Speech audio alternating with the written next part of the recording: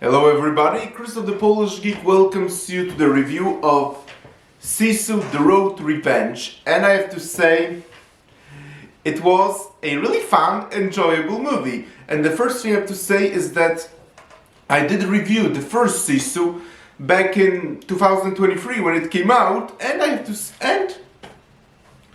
did give it a pretty positive review. I thought it was very much basically a mindless, spectacular action flick with a really badass, masculine hero just kicking the ass of the Nazis with lots of spectacular action scenes and really bloody gore, and admittedly, pretty nice visuals that the movie took place in nature in Finland, somewhere in Lapland actually. And what do I think of Sisu Road to Revenge? I have to say, I think it was better than the first one, but it's still very much a mindless action flick, but who cares? Sometimes those are the type of movies we need and want, and Sisu is very much that. Am I gonna delude myself and believe that Sisu Road to Revenge is a very smart movie with a really deep theme and that makes you think? No, I'm not gonna delude myself into thinking that, because it's obviously not true. It's very much a movie that's basically action first and foremost. Although the main character, the movie does actually try to basically give him more depth by actually exploring more of his backstory and reveal how his family was killed, and now the main villains are the ones responsible for the death of his family. So it's clear that the movie tries to give him more depth and all, but to be objective, it's very surface level stuff. At the end of the day, the main focus is still very much action, a very bloody and gory action. And what I like is that the movie, instead of completely rehashing the previous territory of the first movie, well, when it comes to bloody and spectacular action, then it is pretty much a rehash just to give you more of what the first movie already gave you. But there were some elements where I do appreciate how the movie did try to do something different from the previous movie, because the first Sisu took place at the end of World War II, and the main villains were Nazis, and just seeing our hero, Atomic Corpy, just kick their ass and kill them in various creative ways was pretty fun and spectacular. But now, because the movie takes place completely after World War II, the villains now are Soviets, and I really appreciate it. How again, the movie did try to give us different villains that very much made sense in context of the movie. And I'm gonna say, while I was kind of thought that maybe him killing and fighting the Soviets was not gonna be as satisfying as actually fighting Nazis, but I was very pleasantly surprised, because honestly, I think that especially the main villain actually is like one of those really evil, despicable villains that you just want to kill with your bare hands, and I really appreciate that. We'll talk a little bit more about him soon, but another thing that I really want to compliment is the amazing visuals in Finnish nature, as well as the set pieces.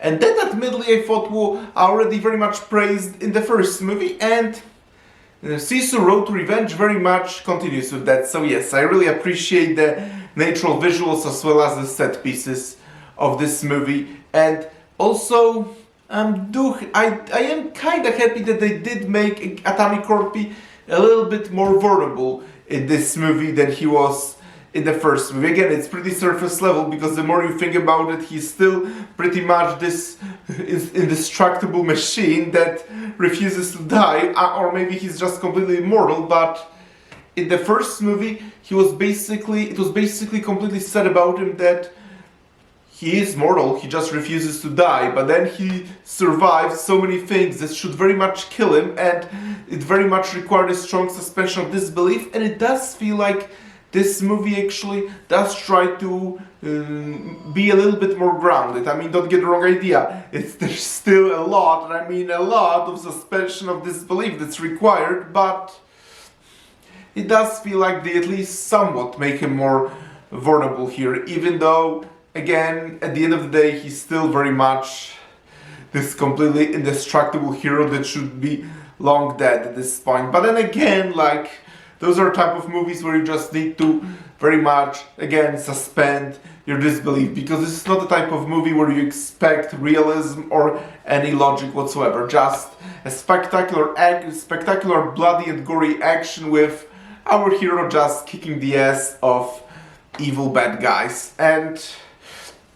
But I also do like though that the main villain does actually feel more like a friend than the Nazis in the first movie. Like, I don't even remember much about that Nazi officer who was the main villain in the first movie, but this time I do like how the main villain is actually the one that killed, Dragunov, the Dragunov is actually the one that killed Atomic Corp's wife and his two sons, so that kind of makes their conflict more personal, and in their final fight it does actually feel like Dragunov is actually physically stronger, but then Atomic Corp kills them in a creative way. So yes, I do appreciate that. That made the stakes feel somewhat higher and the movie more grounded. Again, not by a large margin. It's still very much suspend your disbelief, but I do appreciate that. And I also like the final shot of the movie too. Like, do I think that there should be a third movie in the series? I could go either way. Then again, the first one didn't really need a sequel. But then again, those are not the type of movies where it really matters if there is a sequel or not, because there's not just like any important lore and narrative that you care so much about it a sequel would contradict. So yes, I keep hearing that this is a movie that didn't need a sequel, but then again, those are type of movies that could have a sequel, could not, like, again, because those are type of movies where the primary focus is like seeing a masculine hero basically kicking the ass of the bad guys. So whenever I hear a movie that didn't need a sequel, I'm thinking it's not like it's a particularly deep movie, so you could really go with a sequel. I don't see why not.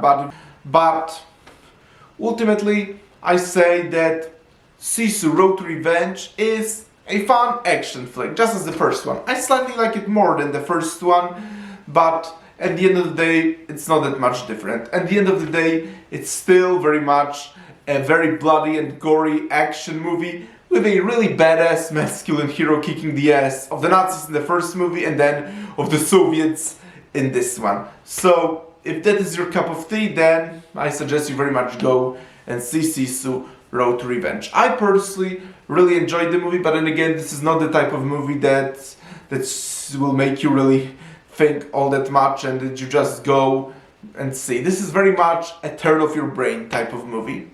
But sometimes those are type of movies we need. So, thank you guys for checking out the review of Sisu Road to Revenge. Press the like button, please subscribe to this channel, and I'll talk to you soon in another video. Talk to you then, bye!